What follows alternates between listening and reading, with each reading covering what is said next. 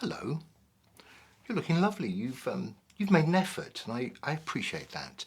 Um, my name's Simon Jacobs. Welcome along to Adventures in Pop, episode 86. And this is quite an unusual episode. I want to talk to you today about, it's very self-indulgent, I want to talk to you today about a rather large purchase I made actually during the summer, but it only arrived yesterday, and I've got some film footage to prove it, because it's always quite a big job, I think, when a couple of guys turn up to deliver to you a rather large grand piano.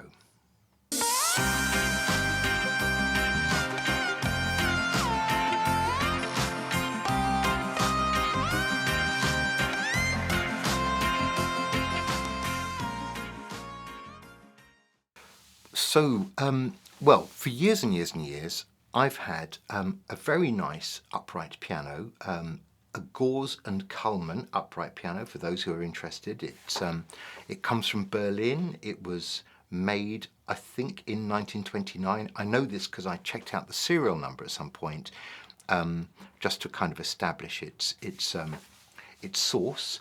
So an upright piano that is approaching 100 years old, and I've actually had it for about, coming up, well, 37 years.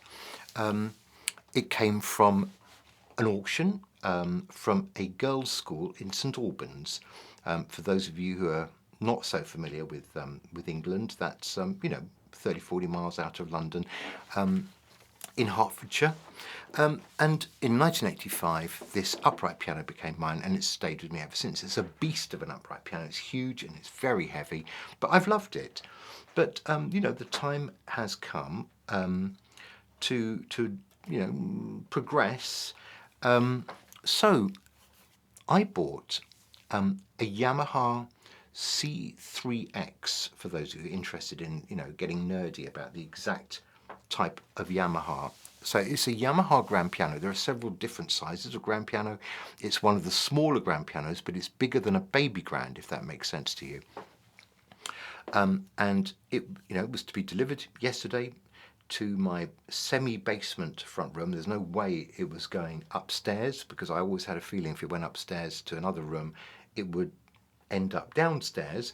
So better to start just downstairs and leave it there. So we created a space and made sure that we were ready. Now this involved quite a lot of liaising with the piano delivery guys to kind of establish the route from the van to the semi-basement front room.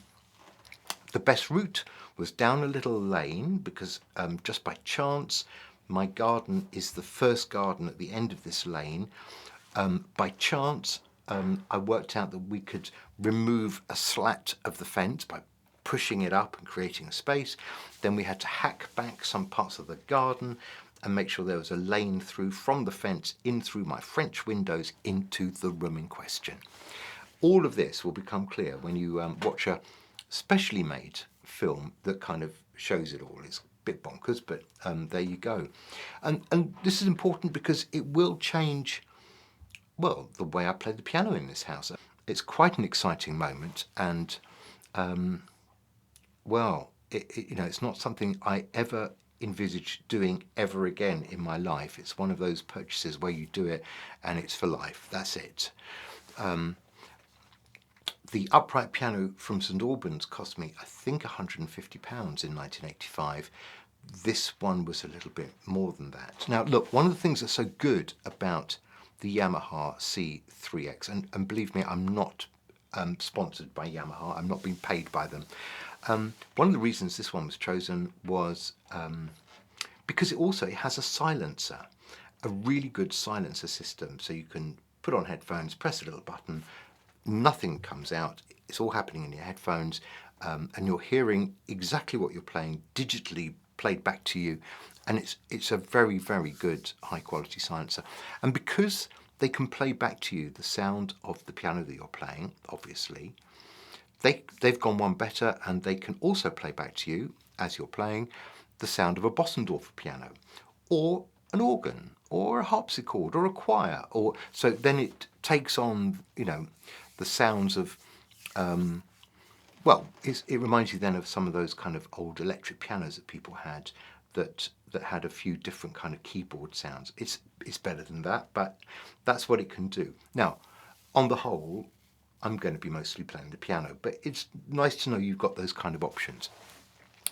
So look, I'm going to show you a little bit of video of them bringing this piano in, and these two guys, and thank you to them because they did it brilliantly. I've got to say they were very good, and I could then, end up with a little bit of video of me, showing you how brilliant the silencer is, but you wouldn't hear anything because it would be silent. So instead, there's just a bit of me, playing the piano finally, just to kind of round off this episode of Adventures in Pop.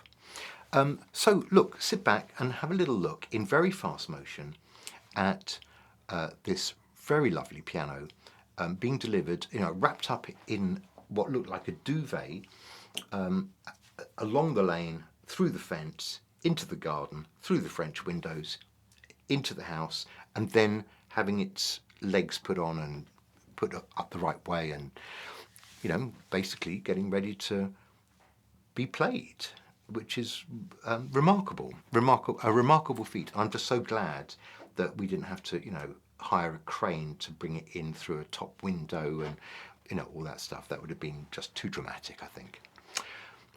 So well, sit back and enjoy this, and then I'm going to leave you with a little bit of me just tinkling around on the piano, just to show you that it is real and it really works. And I'll be back very soon because tomorrow is the release date of a new Rothman and Jacobs track called From a Distance. And the thing that's so interesting about this track is that neither Rothman or Jacobs are singing on this. We have a guest singer, Sarah Locke, really lovely person who sung with us a few times actually back in the day. We'll talk more about that next time.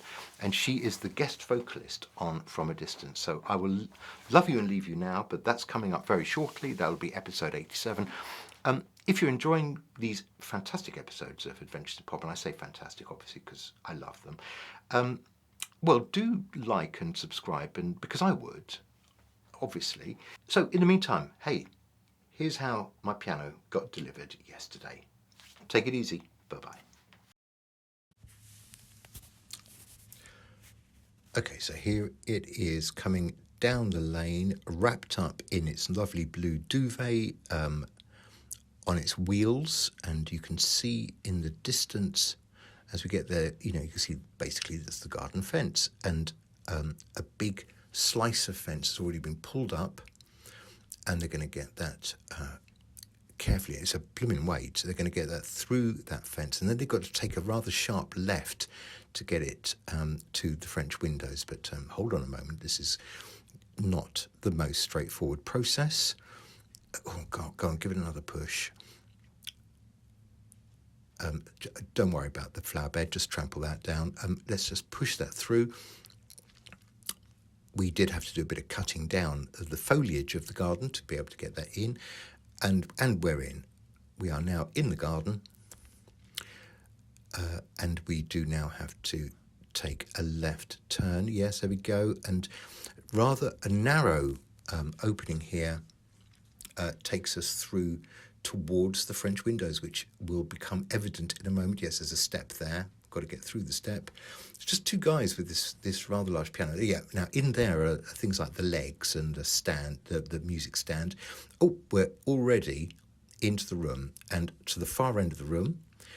And now we're going to get this piano legged up and turned onto its correct side, one hopes, with the duvet off, and all the bits of wizardry in place that are part of the silencer system. And we can see it happening here. Yes, quite a lot of blankets and movable parts just to run it in there to the end of the room. Let's get that blanket off. That's lovely. And there we have a rather nice piano. But of course it doesn't end there. The other piano had to go, and guys, I would turn it around the other way if I were you. Don't think it's getting out that way. Oh, that's a good idea. So here goes the old beast of an upright from Berlin, on its way to being, I think they'll have a look at it, see if it's got any value left. Oh, there's the nasty bits on the wall.